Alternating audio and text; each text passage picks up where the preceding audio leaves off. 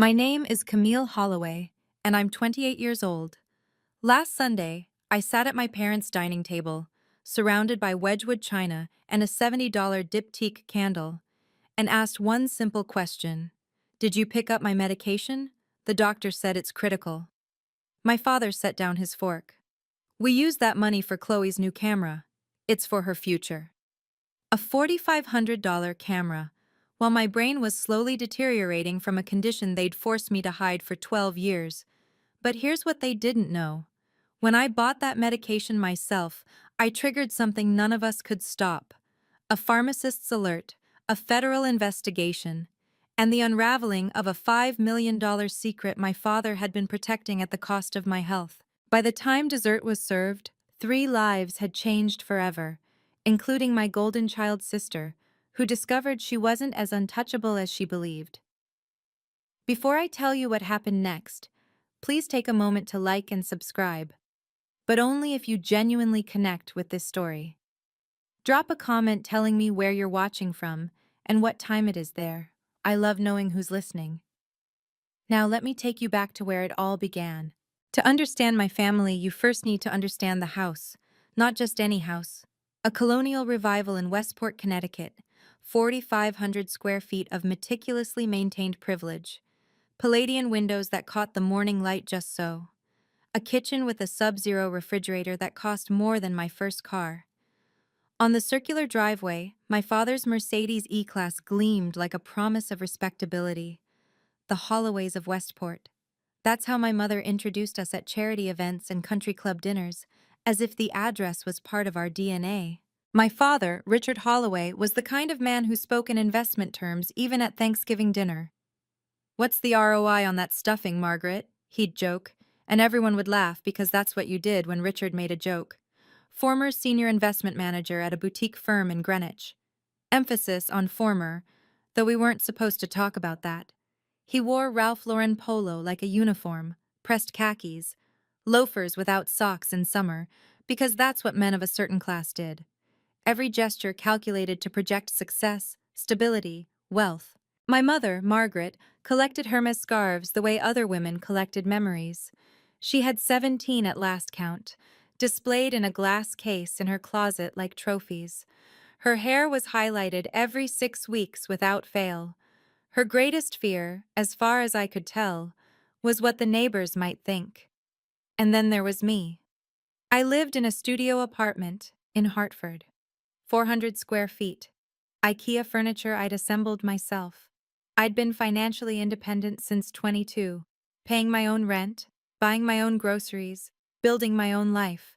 Because in the Holloway family, love was a line item on a budget, and I had always been in the red. Then there was Chloe. My sister was 4 years younger and approximately 4 million miles more adored.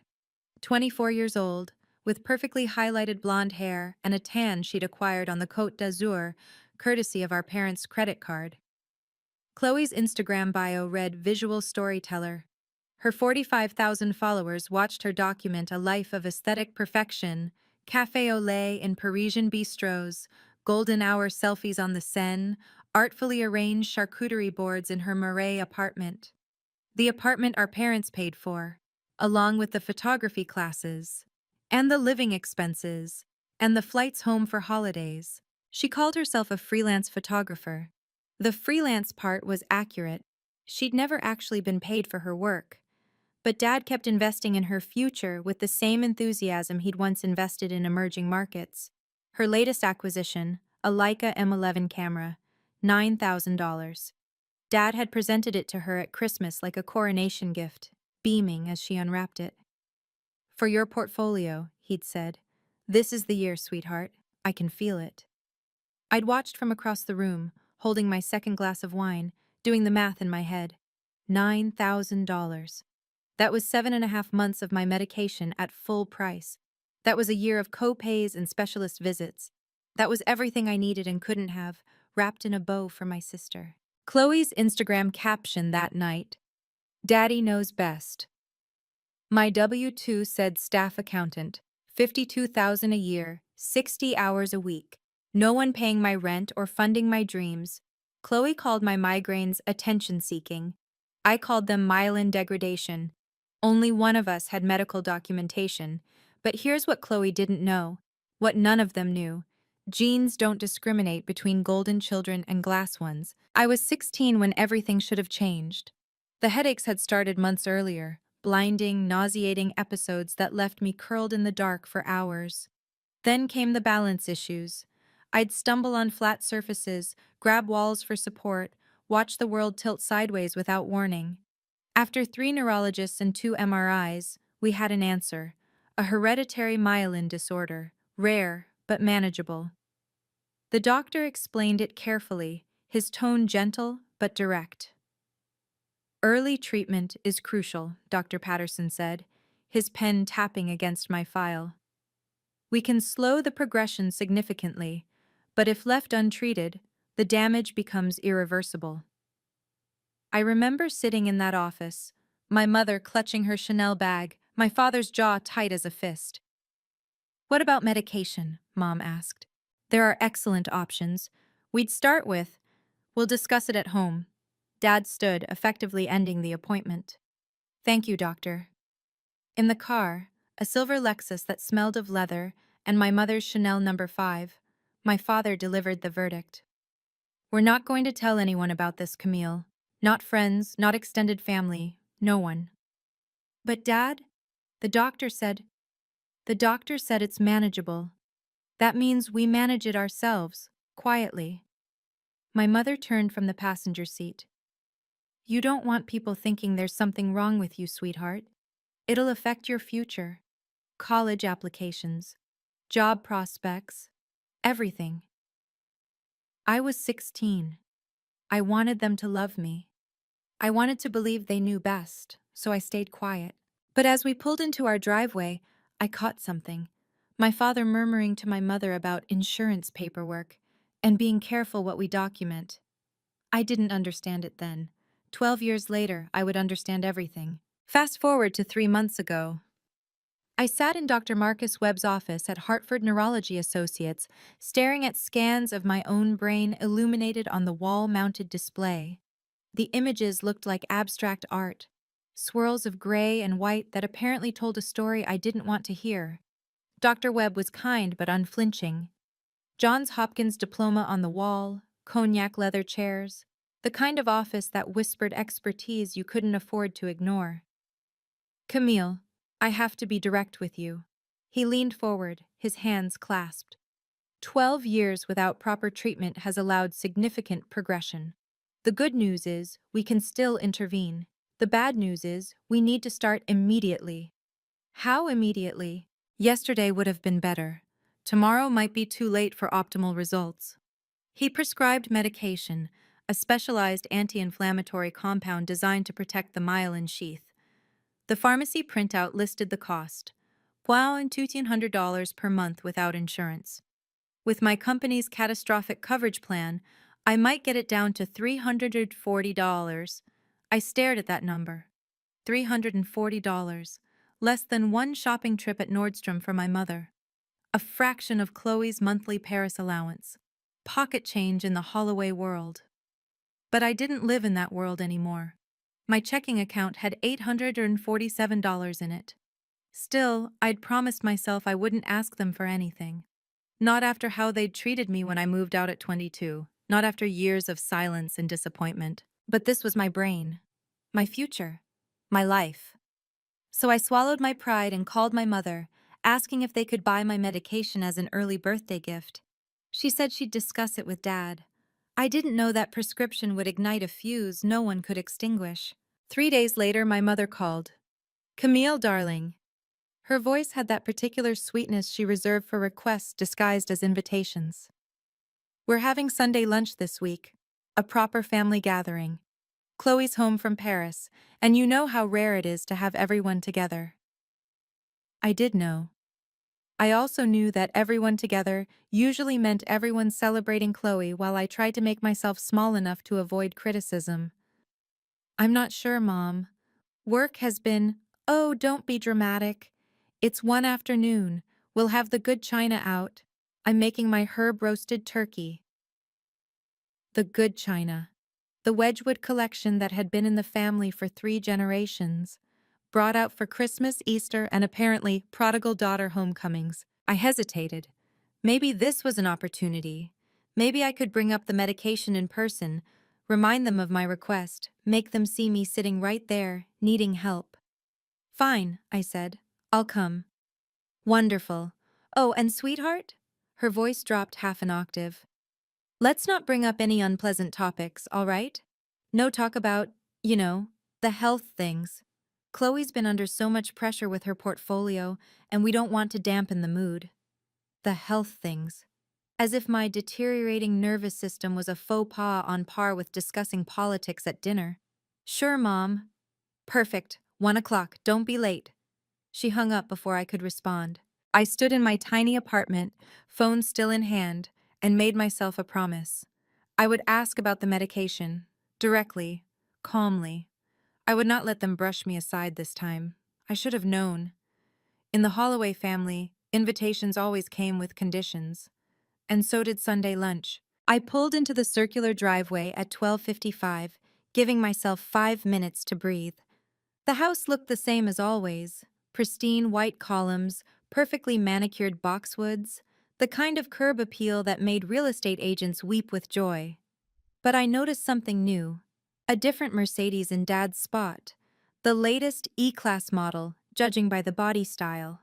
Apparently, the old one had been insufficiently impressive. Fresh flowers flanked the entrance, white hydrangeas, my mother's signature. The message was clear. We are still thriving. We are still the Holloways of Westport. Chloe opened the door before I could ring the bell. Camille! She air-kissed both my cheeks, European style, as if 18 months in Paris had transformed her into someone who did that naturally. She wore a Reformation dress. I recognized the brand from her Instagram posts. And her golden skin glowed with that particular radiance that comes from having no responsibilities and unlimited funds. You look the same, she said, eyeing my Target cardigan with barely concealed judgment. Thanks, you look expensive. She laughed like I'd paid her a compliment. Wait until you see what Daddy just got me. Canon R5 Mark II. For my portfolio expansion, there are Paris galleries interested. She held up the camera like a trophy. I did the math automatically, the way you do when you've spent your life calculating what you can't afford. $4,500, nearly 4 months of my medication. That's great, Chloe. I know, right? Daddy always knows exactly what I need. She bounced toward the dining room, camera in hand, leaving me in the foyer with my practical handbag and my racing heart. Daddy always knows exactly what I need. I wondered if she'd still believe that by the time dessert was served. The house had been renovated since my last visit. Mom mentioned it casually as she guided me through the new layout. Just a little refresh, nothing major. But the new kitchen alone must have cost 6 figures. Marble countertops, custom cabinetry, a wine fridge that probably held more value in bottles than my entire apartment's contents. Bathroom's been moved, by the way, Mom said, waving vaguely toward the back hallway. Through Richard's study now, such a better flow. When I needed to wash my hands before lunch, I followed her directions.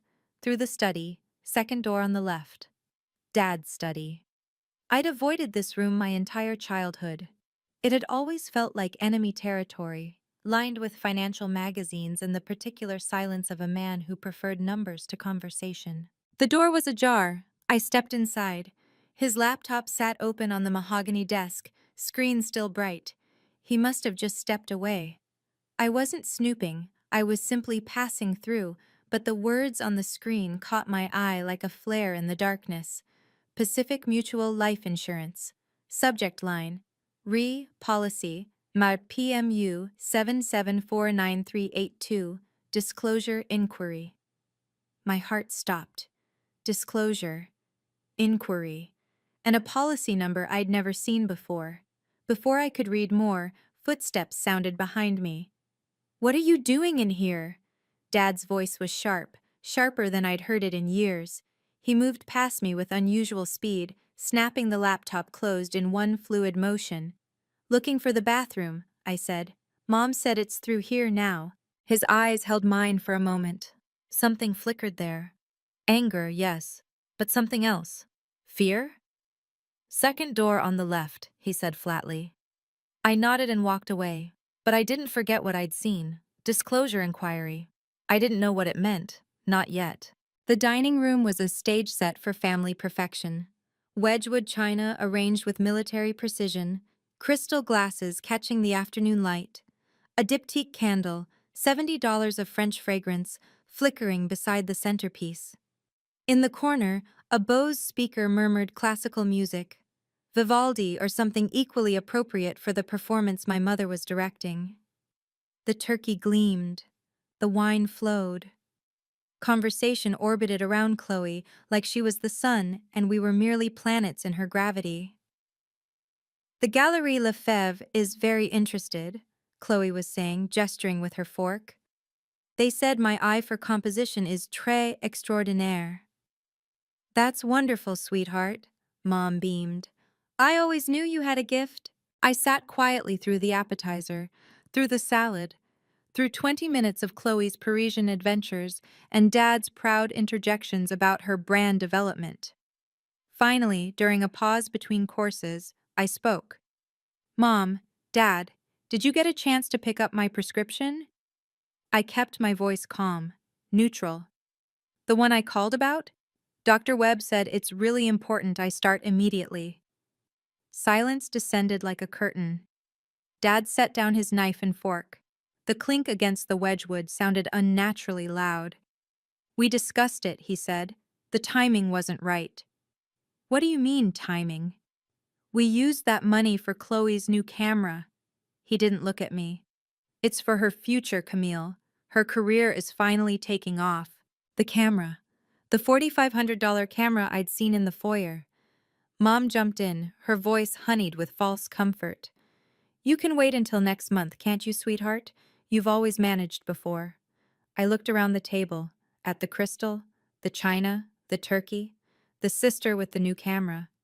And I said, very quietly, did you check the alert note the pharmacist sent? Mom's fork stopped midair. Alert? The word hung in the air between us.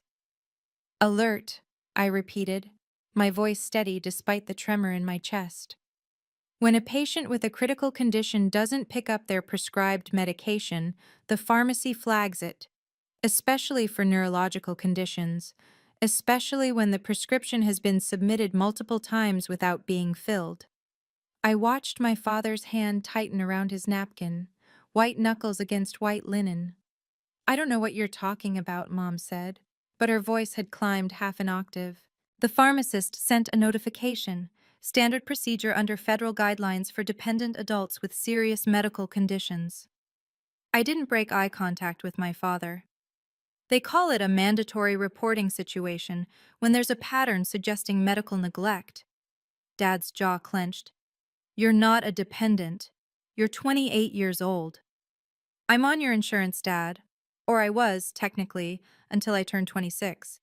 But the pharmacy records show a pattern going back years. Prescriptions ordered by doctors and never filled. Medications recommended and never purchased. Chloe looked between us, her camera forgotten. What is she talking about? Nothing. Dad's voice was ice. Your sister is being dramatic, as usual. I bought the medication myself, I continued. Last week, with my own money. The pharmacy flagged the irregularity.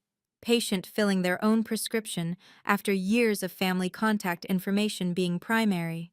That triggers questions. Mom had gone pale. Actually pale, not the fashionable pallor of her spa facials.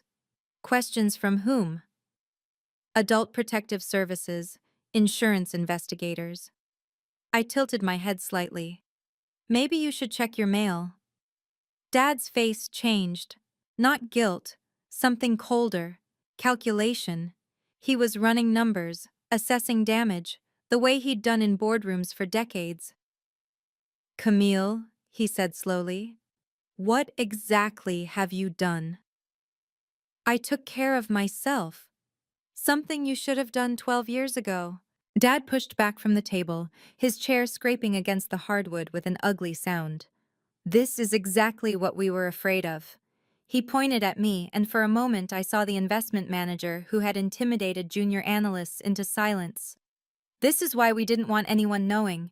You've always been determined to make yourself the victim, to make this family look bad. Richard, Mom's voice was warning. No, Margaret, she needs to hear this. He turned his full attention on me. Do you have any idea what you've potentially cost us? What this could do to our reputation, to Chloe's prospects? I remained seated, calm. I'd spent 12 years being small, and I was done. I asked for medication, I said. You said no, so I got it myself. That's not making you look bad, Dad. That's surviving. Oh, please. Chloe rolled her eyes right on cue. You've always been like this. Always sick, always needing special attention. Some of us are actually building careers. Chloe, you've never had a paying client. Her mouth dropped open. Mom jumped in with the familiar guilt trip script. Camille, you're ruining a perfectly lovely family lunch. Chloe just got home. Can't you just be happy for your sister for once instead of making everything about your issues? My issues. 12 years of progressive nerve damage reduced to issues. I'm not making this about anything, I said. I asked one question. You chose to prioritize a camera over my medication. Those are facts. Facts, Dad laughed, but there was no humor in it. You want facts? The fact is you've always looked for reasons to feel sorry for yourself. This condition of yours was diagnosed by 3 neurologists. Would you like to see the brain scans? Silence. I didn't think so. I placed my napkin on the table, slowly, deliberately. The classical music kept playing, some ironic Mozart piece about joy and celebration, as I pushed back my chair and stood. I didn't come here to argue, I said. I asked a simple question about medication I need to protect my brain. I have my answer. Sit down. Dad's voice was command mode now, the tone he'd used my entire childhood. We're not finished. I am. The words came out quieter than I expected, but they filled the room. Chloe stared. Mom's hand fluttered to her pearls. Dad's face reddened. You don't get to walk away from this family whenever things get uncomfortable, Camille. I'm not walking away because I'm uncomfortable. I picked up my bag, my practical Target bag that probably cost less than their table setting. I'm walking away because you've given me your answer. Chloe's camera was more important than my medication. I'll handle it myself, like I handle everything else. You're being ridiculous.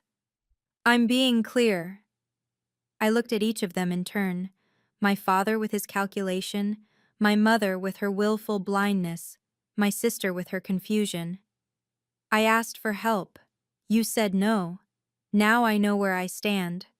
I've always known, I suppose. I just needed to hear it out loud. I walked toward the foyer. Behind me I could hear Mom's whispered, Richard, do something. And Dad's frustrated exhale. At the front door, I paused. Thank you for lunch. The door closed behind me. Quiet, like a period at the end of a sentence. In my car, I sat for a moment, hands on the steering wheel. I didn't cry. I was past crying about this family. I just didn't know yet that buying my own medication had started a countdown no one could stop. And right here, I want to pause. Because I know some of you have been Camille. You've asked for something you genuinely needed, really needed, and been told your siblings' wants mattered more. If that's you, drop a comment. Tell me, did you walk away like I did, or did you stay and fight? I read every single comment. Now let me tell you what happened next, because this was only the beginning. The drive back to Hartford took 90 minutes. I didn't turn on the radio, didn't call anyone, just drove through the October afternoon, watching the wealthy suburbs of Fairfield County give way to the more honest landscape of central Connecticut. My studio apartment was exactly as I'd left it, 400 square feet of independence, a bed that folded against the wall, an IKEA desk where I did my work, a window that looked out onto a parking lot instead of a manicured garden.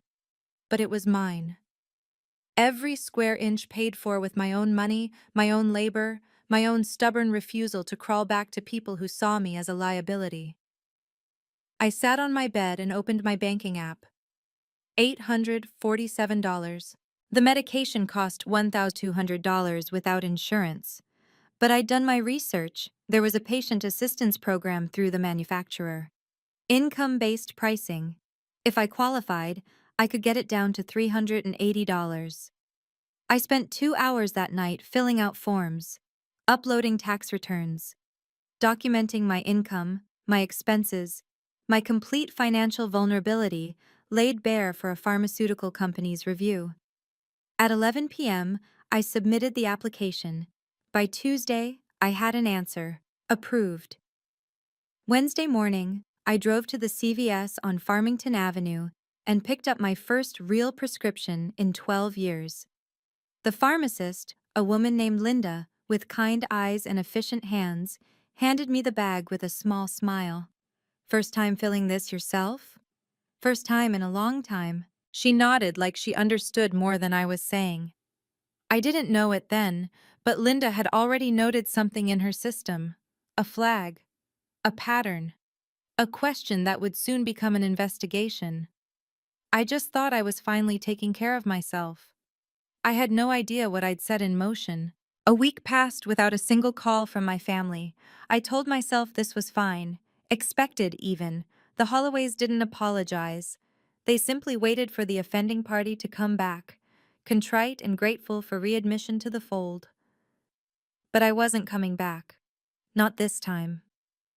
I checked Chloe's Instagram once, just once, and found exactly what I expected. A photo from Sunday brunch at the Westport Country Club. Mom, Dad, and Chloe arranged artfully around a table laden with mimosas and eggs Benedict. Caption: My people. 3 people.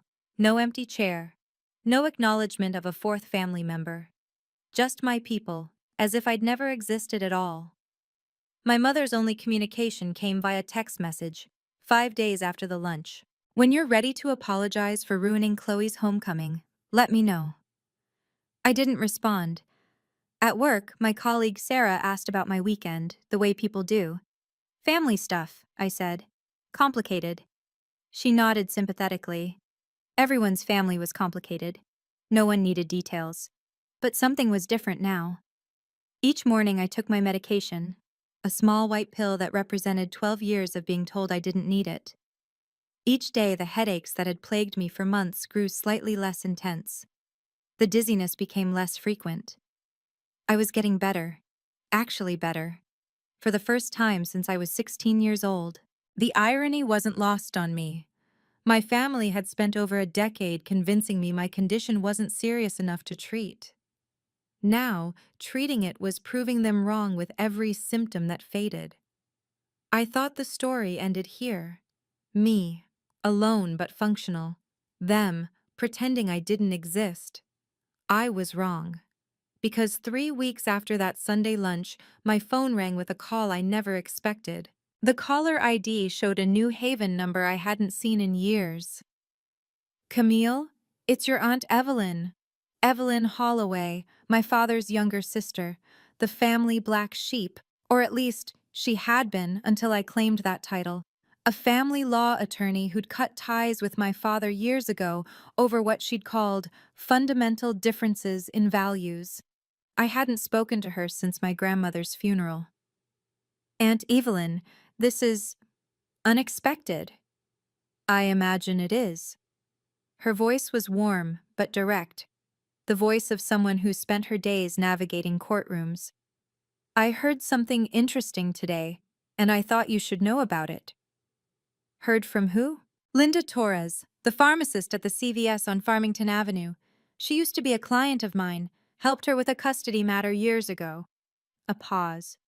She mentioned a young woman named Holloway filling a prescription that had some irregularities in the history.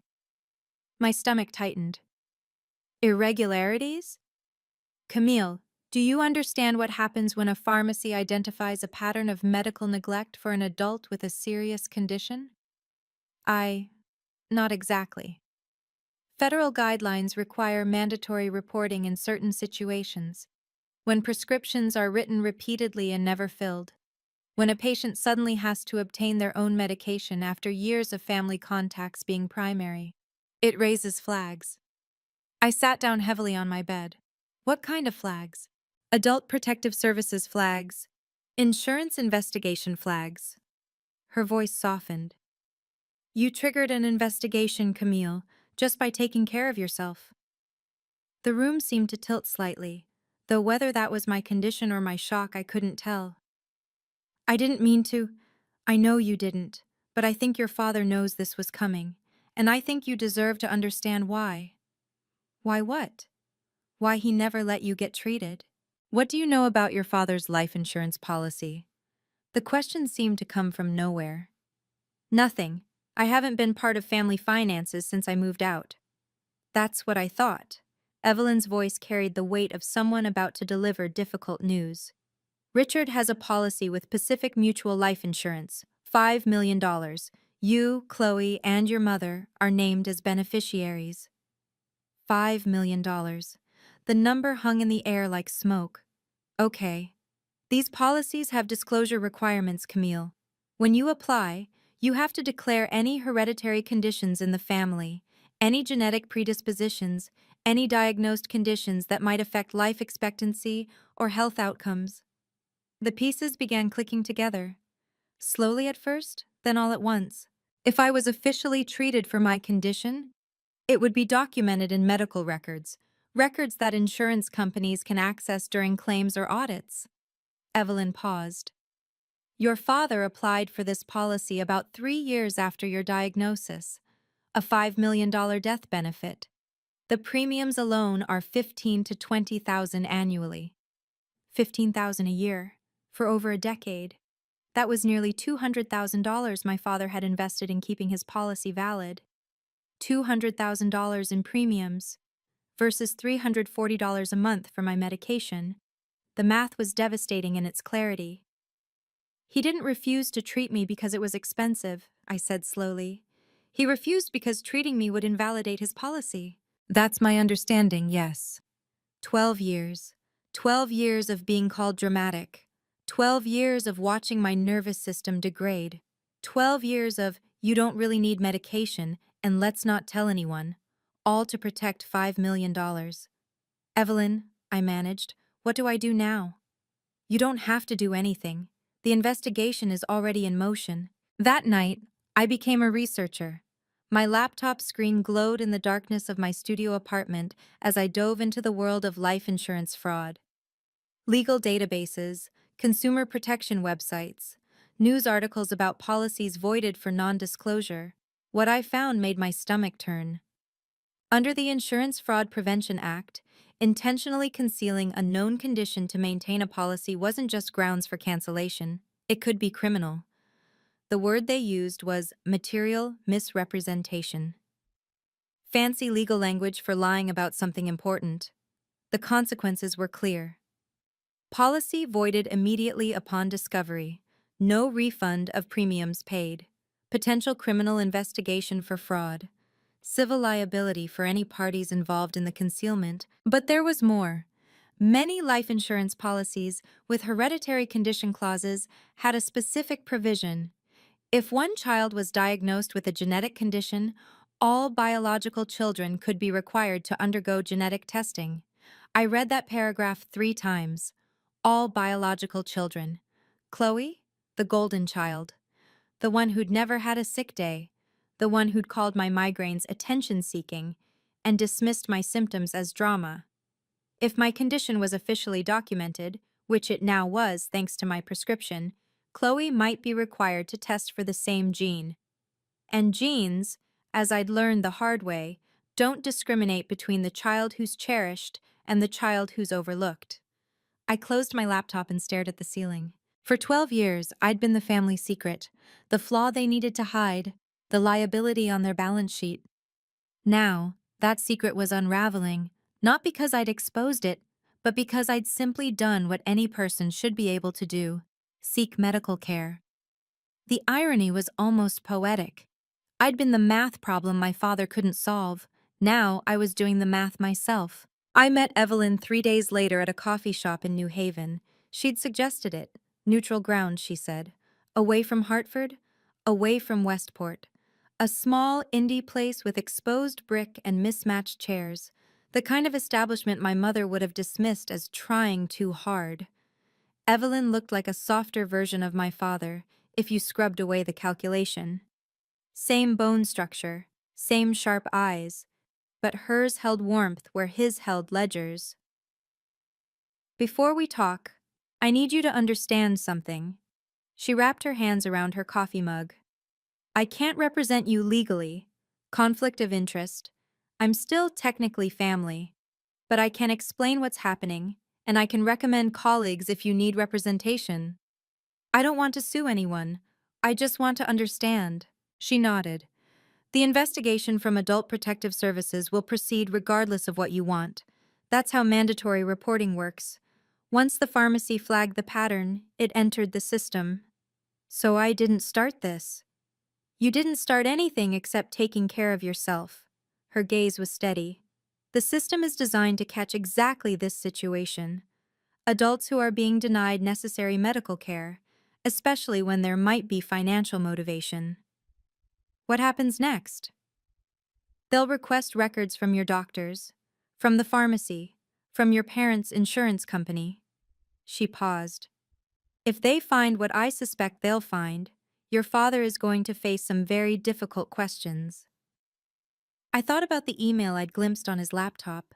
Disclosure inquiry. He already knows something's coming. Evelyn's expression confirmed it. Richard has always been good at seeing threats on the horizon. The question is whether he saw this one in time.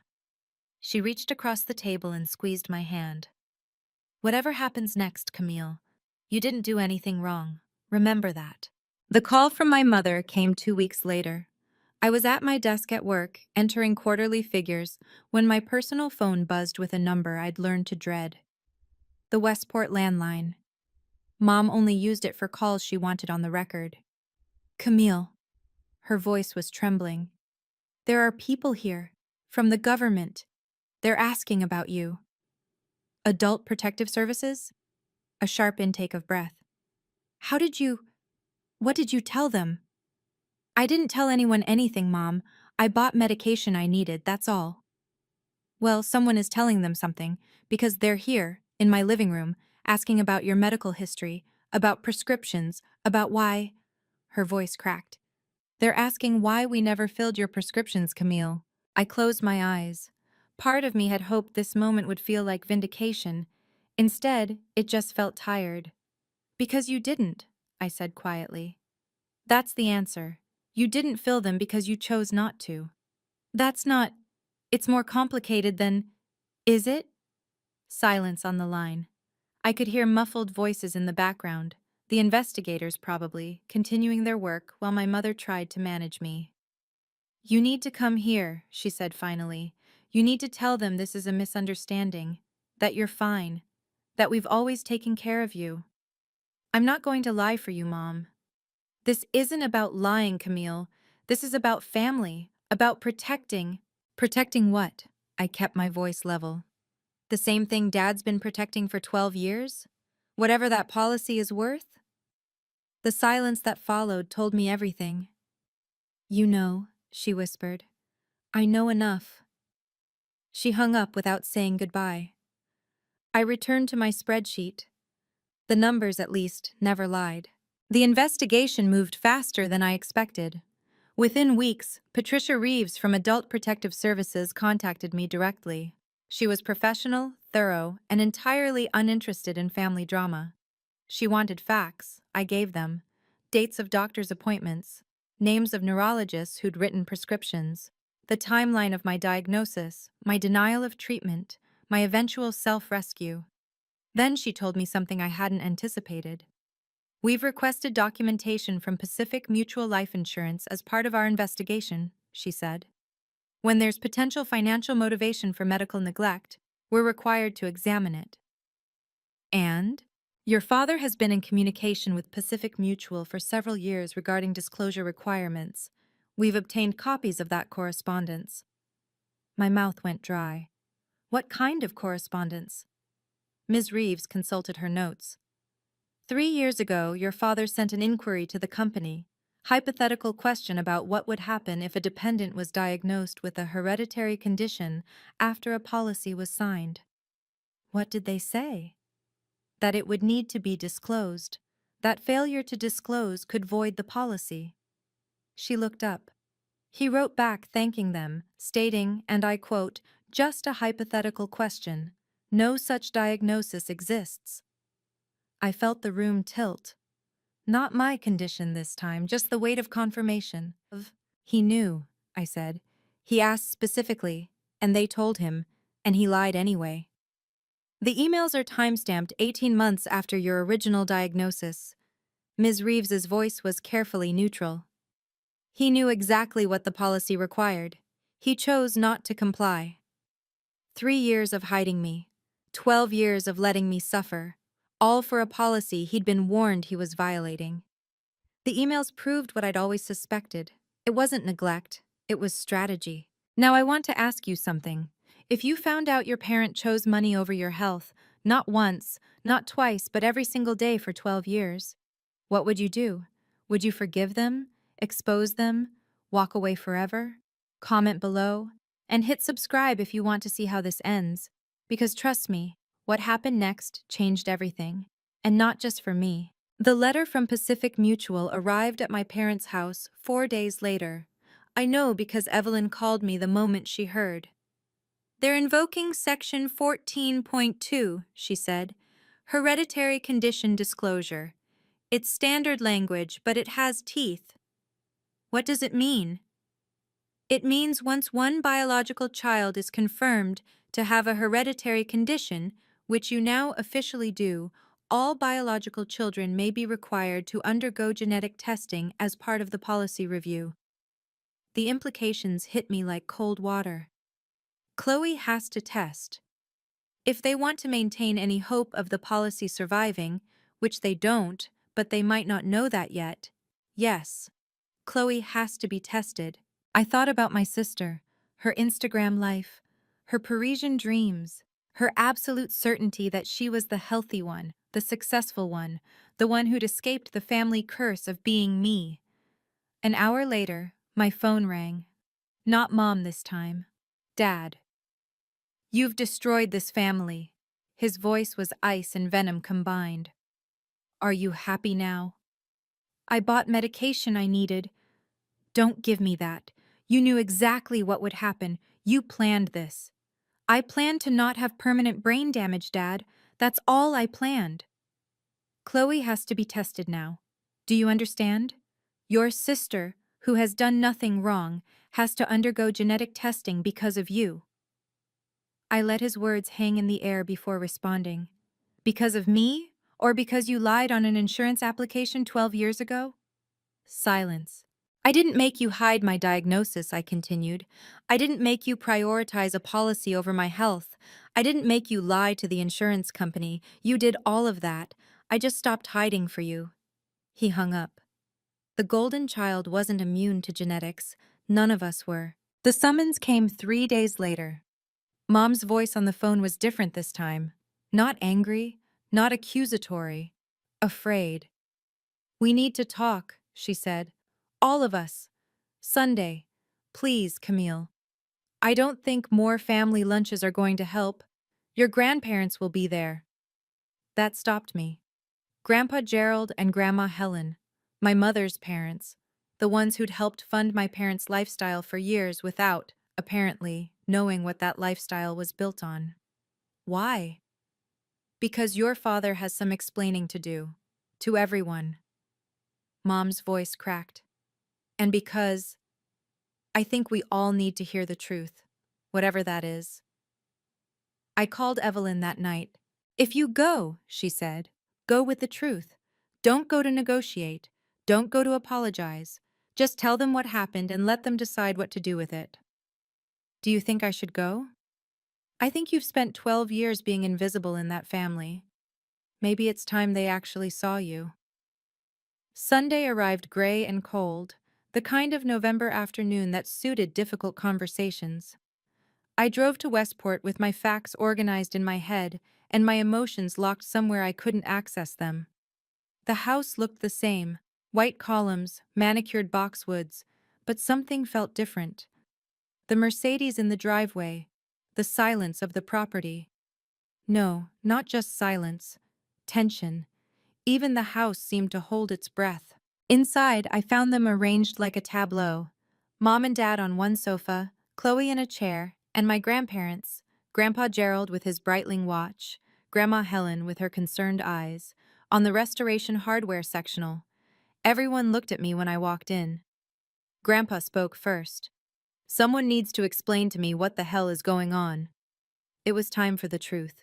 I took the only empty seat, a straight-backed chair that faced the rest of them like a witness stand. The room was exactly as I remembered: marble fireplace, original artwork, the kind of careful elegance that whispered generational wealth. My grandparents had helped furnish this room. They'd loaned money for this house. They'd believed in the family that lived here. "Gerald," my father started, "this is really a private matter between—" "Private?" Grandpa's voice cut like steel. "Insurance investigators contacted my daughter. Adult Protective Services is involved. My granddaughter apparently has a medical condition no one told us about." His gaze swept the room. "That stopped being private some time ago." Mom twisted her hands in her lap. Chloe stared at her phone. Dad's jaw worked silently. "Someone start talking," Grandma Helen said. "Right now." "Camille is exaggerating the situation." Dad attempted to regain control, that boardroom voice I knew so well. "She has a minor condition that she's blown out of proportion." "Richard!"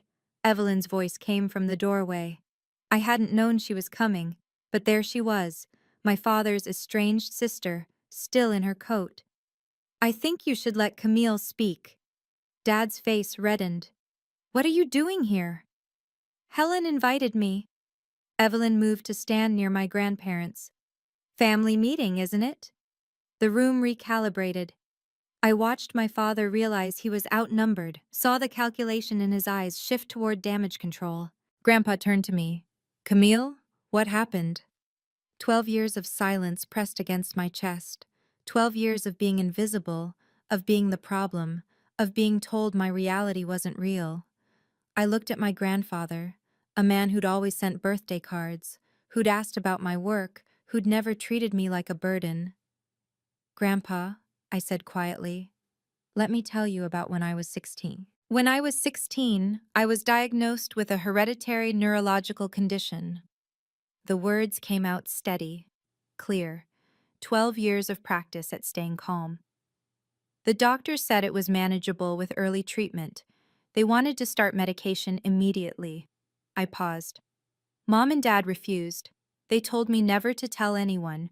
They said it would hurt my future." Grandma's hand went to her mouth.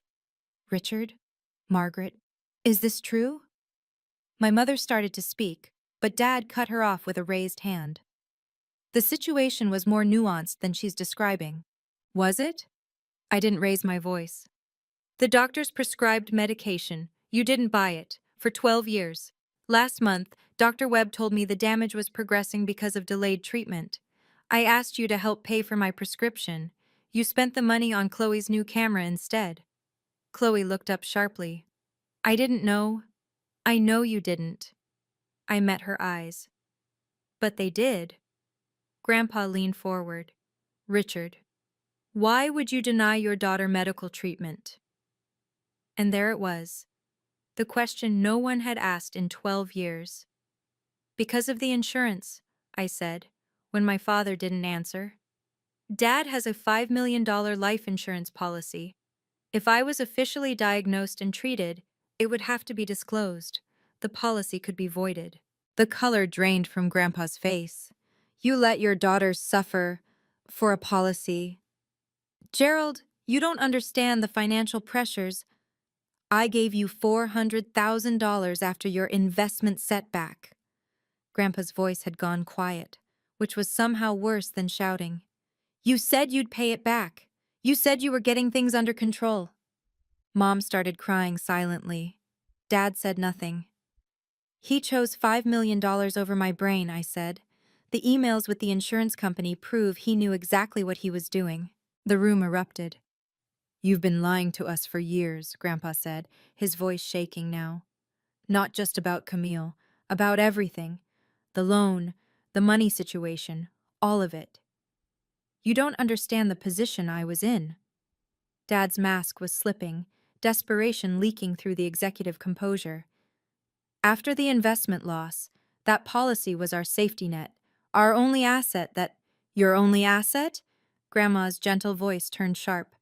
"You live in $1 million home, you drive a new Mercedes every 2 years, you sent Chloe to Paris on an 18-month vacation. That was an investment in her career. An investment." Grandpa stood, and suddenly he looked every bit the retired CEO he'd been. "You used my money, my family's money, to fund a lifestyle while denying your daughter medical care, and you have the audacity to call it an investment strategy." Evelyn stepped forward. "The insurance company has already begun their review. The policy will likely be voided due to fraudulent non-disclosure. There may be additional consequences." "Consequences?" Mom's voice was barely audible. "What consequences?" "Insurance fraud investigation, possible civil liability. Depending on what the APS investigation concludes, there could be more." Chloe suddenly spoke, her voice high and frightened. "Wait, if she has a hereditary condition, and I have to test—" She looked at our parents. "Did you ever think about what would happen to me? What if I have it too?" Mom reached for her. "Sweetheart, you're healthy." "But it's genetic." Chloe pulled away. "You knew this was genetic, and you never thought to test me? You just hoped it would skip me?" Dad had no answer. Neither did Mom. "You protected the policy," Chloe said slowly, understanding dawning. "Not us. Never us." The golden child was finally seeing the bars of her cage. Grandpa's next words were quiet, but they carried the weight of verdict. "This meeting is over. Richard, Margaret, Helen and I will be in contact with our attorneys. I expect that loan to be addressed immediately." "Gerald, please." Mom stood, reaching out. "Don't." He moved toward me instead, placing a weathered hand on my shoulder. "Camille, why didn't you tell us? Years ago?" I looked up at him. This man who'd been kind to me at holidays, who'd sent cards and asked questions, who'd never known what was happening in his own family. "I was 16, Grandpa. They told me not to tell anyone. I didn't know I had a choice." Something crumpled in his face. Not pity, recognition. The recognition of a man who understood manipulation, who'd built a career on reading people, and who was realizing he'd missed the signs in his own family. "You always have a choice," he said softly. "I'm sorry no one told you that." Grandma came to my other side, taking my hand. "We'll make this right, whatever that looks like." I stood, looking at my parents one final time. Dad stood by the fireplace, diminished somehow, smaller than he'd ever seemed. Mom wept silently on the sofa. Chloe sat frozen, her perfect life shattered around her like broken glass. "I didn't come here for revenge," I said. "I came because you asked me to, because Grandpa and Grandma deserve the truth." I picked up my bag. "I'm not going to apologize for taking care of myself. I'm not going to fix this for you, and I'm not coming back to ask to be seen anymore." I walked toward the door. "Camille!" Mom's voice, broken. I turned. "You called me the glass child, but I didn't shatter. Your house did." I left them in the ruins. The investigation concluded 6 weeks later. Patricia Reeves called me with the findings on a Tuesday afternoon. Her voice professionally neutral, despite delivering what amounted to a demolition report. "Adult Protective Services has completed its review," she said. "We've documented a pattern of medical neglect motivated by financial considerations. While you're now an independent adult, which limits certain interventions, the findings have been shared with relevant agencies." "What does that mean practically?" "Pacific Mutual Life Insurance has voided your father's policy. $5 million. Gone. Additionally, all premiums paid over the past decade are forfeit. No refunds." I did the math automatically. 15 to 20,000 a year for over 10 years. That was somewhere between $150 and $200,000 paid into nothing. Is there more? The insurance company has referred the case to their fraud division. Your father made specific false statements in writing regarding family medical conditions. Depending on their investigation, there could be civil or criminal liability. I sat with that for a moment. Criminal liability. For my father, the respectable Richard Holloway of Westport. Is there anything I need to do? You've already done it, Ms. Reeves said. You told the truth. You sought treatment you needed. Everything else was already in motion. After I hung up, I sat in my small apartment and looked around at my IKEA furniture, my folding bed, my practical life. My father had spent 12 years protecting $5 million he would never see. He'd spent 15 years of premiums on a policy that no longer existed. He'd sacrificed my health, my childhood, my trust, all for money that evaporated the moment someone told the truth. I thought about revenge, about vindication, about justice. What I felt instead was something simpler: freedom. The call from Chloe came on a Saturday morning. I almost didn't answer. We hadn't spoken since the family meeting. No texts, no Instagram messages, nothing. The golden child had retreated into silence, and I hadn't pursued her. But something made me pick up. Camille? Her voice was small, nothing like the confident social media personality I'd watched from afar for years. I got my test results. I knew before she said another word. Positive. The word cracked in her throat. I carry the gene. The doctor said it might never manifest, or it might start showing symptoms in my 30s or 40s. They can't predict. I sat down slowly. Whatever satisfaction I might have expected to feel, the vindication of the overlooked sister, wasn't there.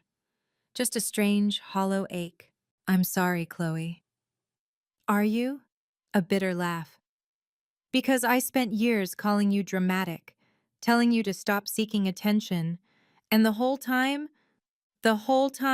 we had the same genes. Silence stretched between us. I could hear her breathing, uneven. They never tested me, she finally said. Mom and Dad. They knew this was hereditary, and they never once thought to check if I had it too. They just hoped. They were protecting the policy, not us. I know, her voice broke. I know that now, but I kept thinking I was the favorite, the one they invested in, the one they loved more. A shuddering breath. And they would have let me develop symptoms without warning, let me think I was going crazy, just like they let you think you were dramatic. Yes, I said quietly. They would have. Camille, I'm sorry.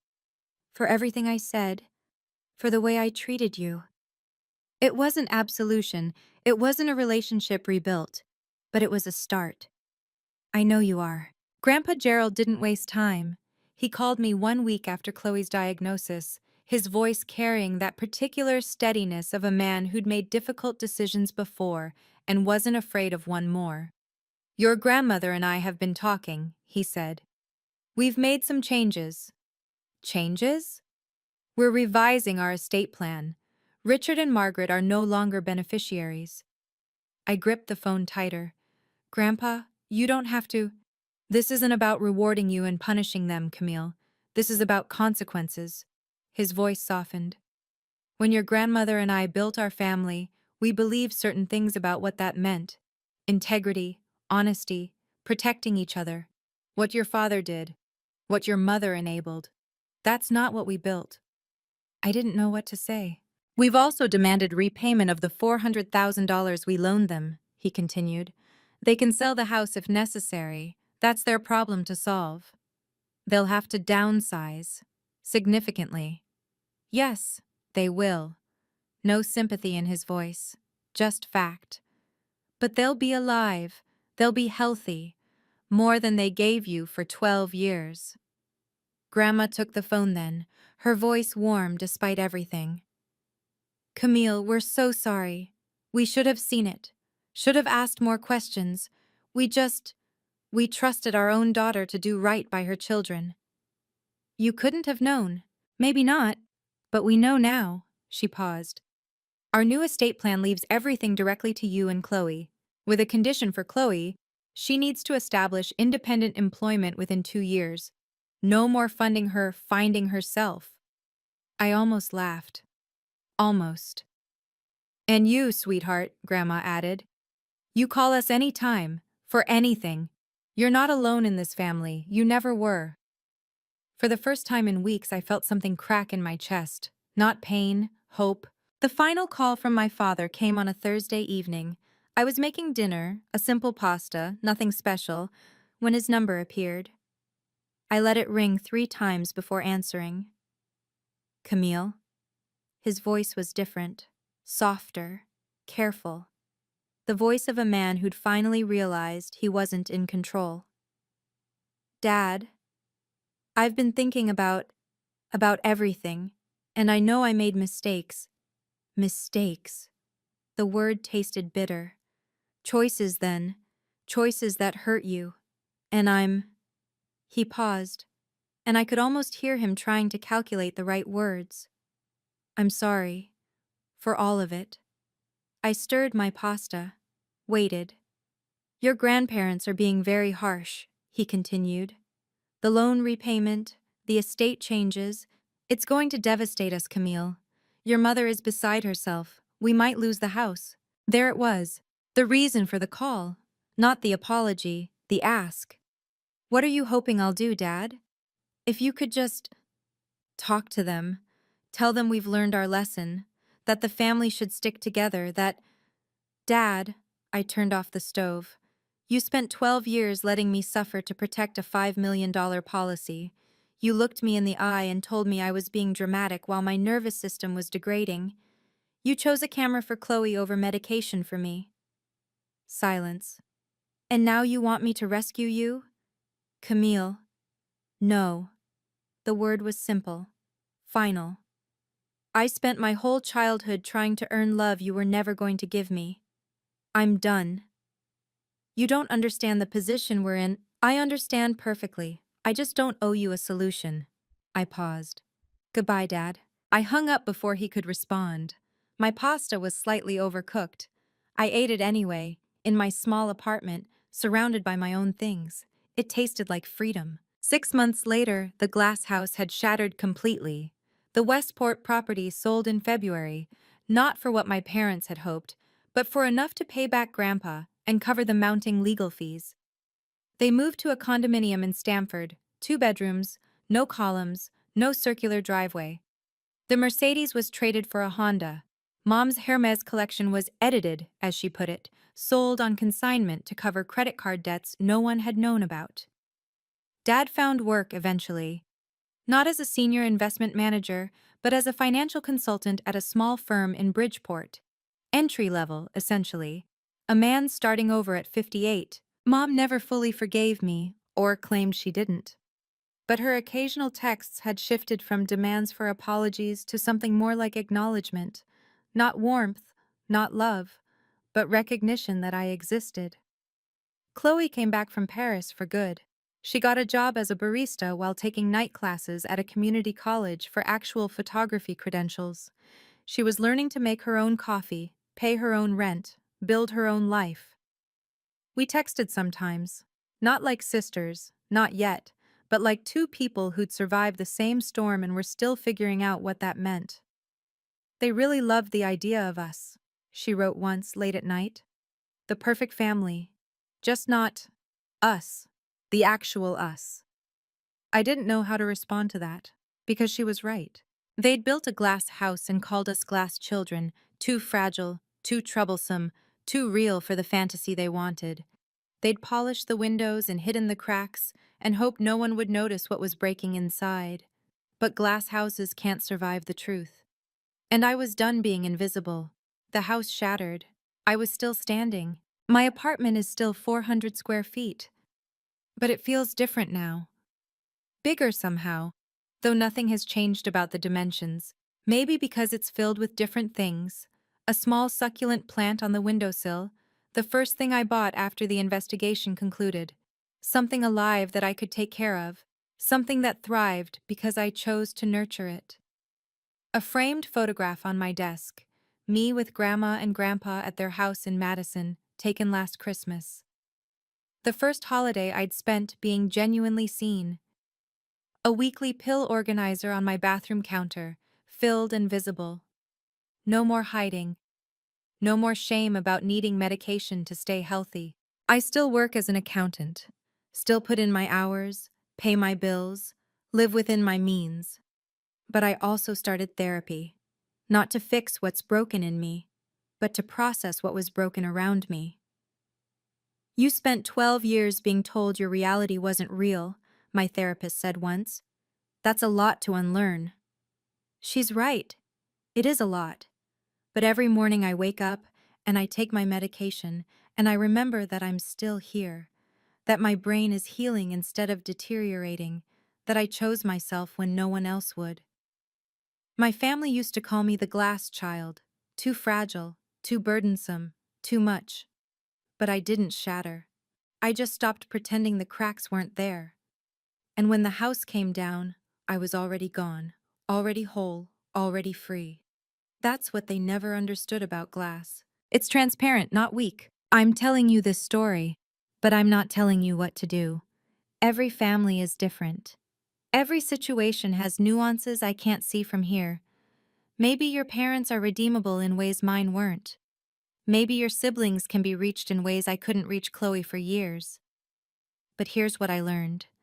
You don't need anyone else to validate your truth for it to be true. If you're hurting, you're hurting. If you need help, you need help. And if the people who are supposed to love you refuse to see that, that's information about them, not about you.